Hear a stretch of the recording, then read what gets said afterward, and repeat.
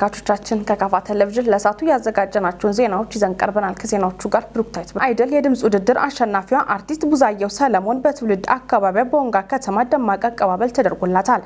በዚህ ወቅትም የተለያዩ የማበረታቻ ሽልማቶች በዞኑና በከተማ አስተዳደር ተበርክቶላታል። አንተነህ ፍቃዱ ያዘጋጀውን ጽዮን ታደለ ታቀርባለች።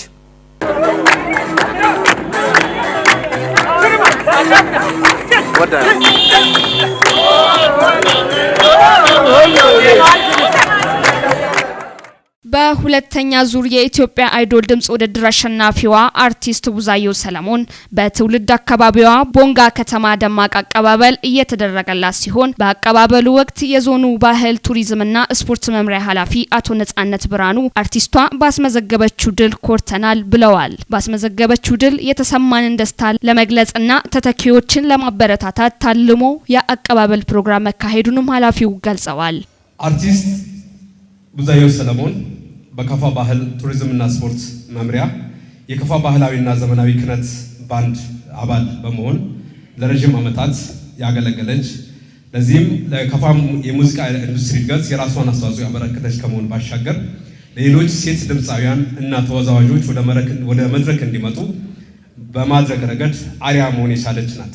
እዚህ ፕሮግራም መዘጋጀት አንድም አርቲስቷ ባሳየችው ድንቅ ብቃት ሀገሯን ያኮራች የትውልድ ቀያን ስም በክብር ያስጠራች በመሆኗ ደስታችን ለመግለጽ ሲሆን በሌላ በኩል ተተኪ የጥበብ ልጆች የሷም አርአያነትን በማየት እንዲበረታቱ የሷም ፈለግ በመከተል የተሻለ ቦታ በመድረስ ሀገራቸውንና ማህበረሰባቸውን ከፍ የሚያደርጉ ሆነው እንዲወጡ መንገድ እንዲሆን የቦንጋ ከተማ ከንቲባ አቶ አስማማው አደመ የኪነ ጥበብ ዘርፍ የአካባቢ ባህልና እሴት ከማስተዋወቅ አንጻር ሚናው ትልቅ ነው በማለት በዚህም አርቲስቷ ላሳየችው ድል የከተማ አስተዳደሩ በቦንጋ ከተማ ለመኖሪያ የሚሆን 300 ካሬ ሜትር መሬት በምደባ መስጠቱንም አስታውቋል። የጥበብ ዘርፍ በዘርፉ ለተሰማሩ ሰዎች መተዳደሪያ ከመሆኑ ባሻገር የአካባቢን ባህል ታሪክና የልማት አቅሞችን ለማስተዋወቅ ትልቅ አቅም ያለው የሙያ ዘርፍ ነው።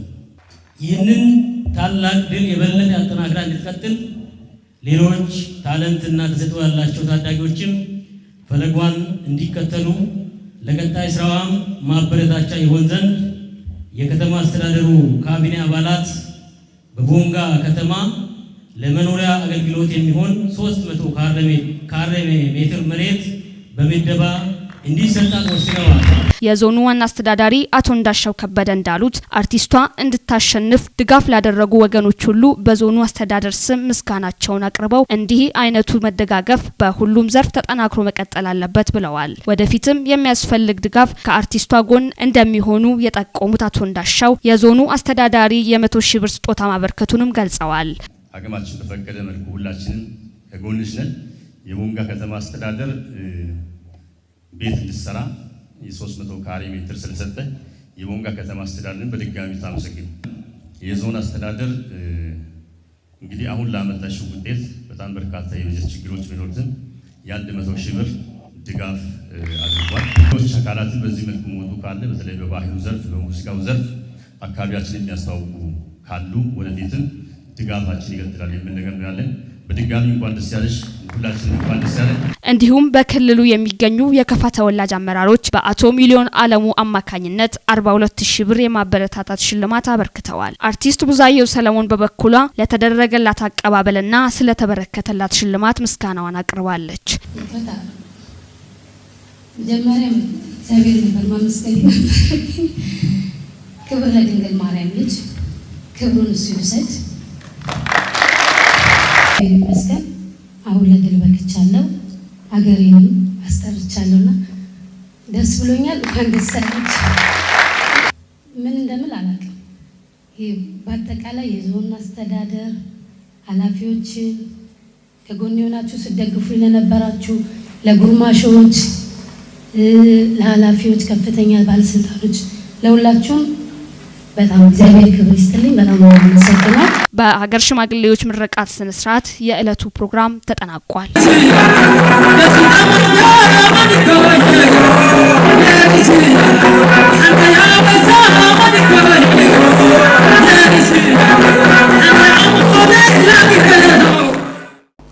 የሸካቾ ብሔረሰብ የባህል ሲምፖዚየም በገጫ ከተማ በመካሄድ ላይ ይገኛል። ባህላችን ለአብሮነታችንና ለዘላቂ ሰላማችን በሚል መሪ ቃል የሚካሄደው የሸካቾ ብሔረሰብ የባህል ሲምፖዚየም እየተካሄደ ነው። በሸካ ዞን አንድራቻ ወረዳ ገጫ ከተማ በሚካሄደው በዚሁ የባህል ሲምፖዚየም የሸካቾ ብሔረሰብ ባህላዊ አስተዳደር መልሶ ይደራጃል ተብሎ ይጠበቃል። በሲምፖዚየሙ ለመታደም ከተለያዩ ቦታዎች በክብር እንግድነት የተጋበዙ እንግዶች የደቡብ ምዕራብ ኢትዮጵያ ሕዝቦች ክልል ምክትል ርዕሰ መስተዳድርና የግብርና ቢሮ ኃላፊ አቶ ማስረሻ በላቸውን ጨምሮ ሌሎች ከፍተኛ የመንግስት የስራ ኃላፊዎች የአካባቢውን ምሁራንና አጠቃላይ ተሳታፊዎች ወደ ተዘጋጀው ቦታ ገብቷል ሲል ዘገባውን ያደረሰን የክልሉ መንግስት ኮሙኒኬሽን ጉዳዮች ቢሮ ነው። የጌሻ ወረዳ የመልካም አስተዳደር ችግሮችን ለመፍታት ጠንክሮ እየሰራ መሆኑን ገለጸ። በወረዳ ደረጃ የመልካም አስተዳደር ችግሮችን ለመፍታት አቅጣጫ ተይዘው እየተሰራ መሆኑን የወረዳ መልካም አስተዳደር ችግር አፈታት ስራ ሂደት አስተባባሪው አቶ አጥናፉ አባተ ተናግረዋል። ሀብታሙ ወልደስላሴ ተጨማሪ አለው።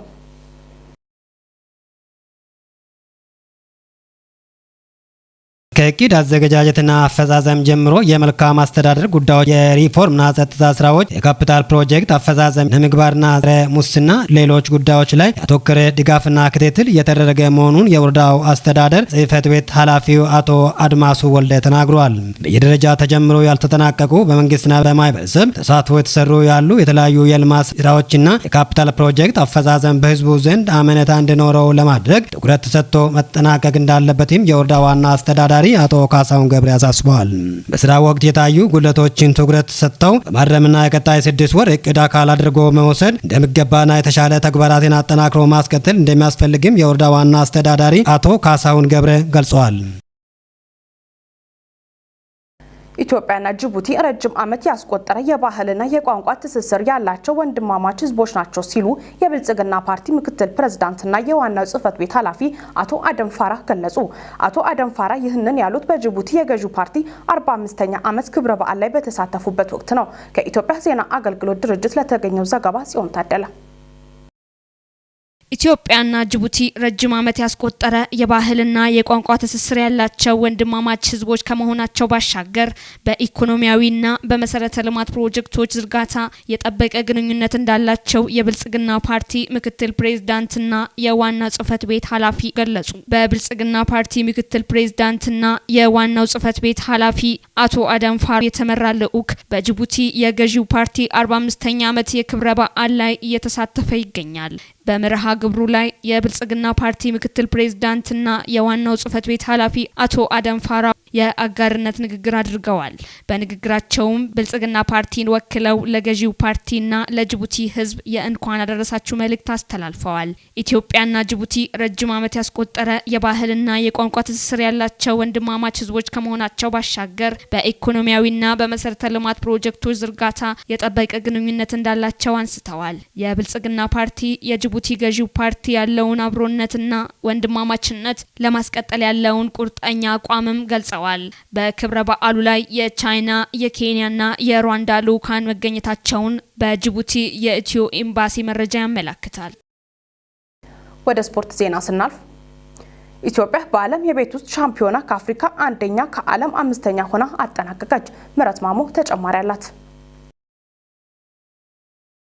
በ19ኛው የዓለም አትሌቲክስ የቤት ውስጥ ሻምፒዮናም ኢትዮጵያ ከአፍሪካ አንደኛ ከዓለም ደግሞ 5ኛ በመሆን አጠናቀቀች። በስኮትላንድ ግላስጎ ሲካሄድ የነበረው 19ኛው የዓለም ቤት ውስጥ ሻምፒዮናም ተጠናቀቀም።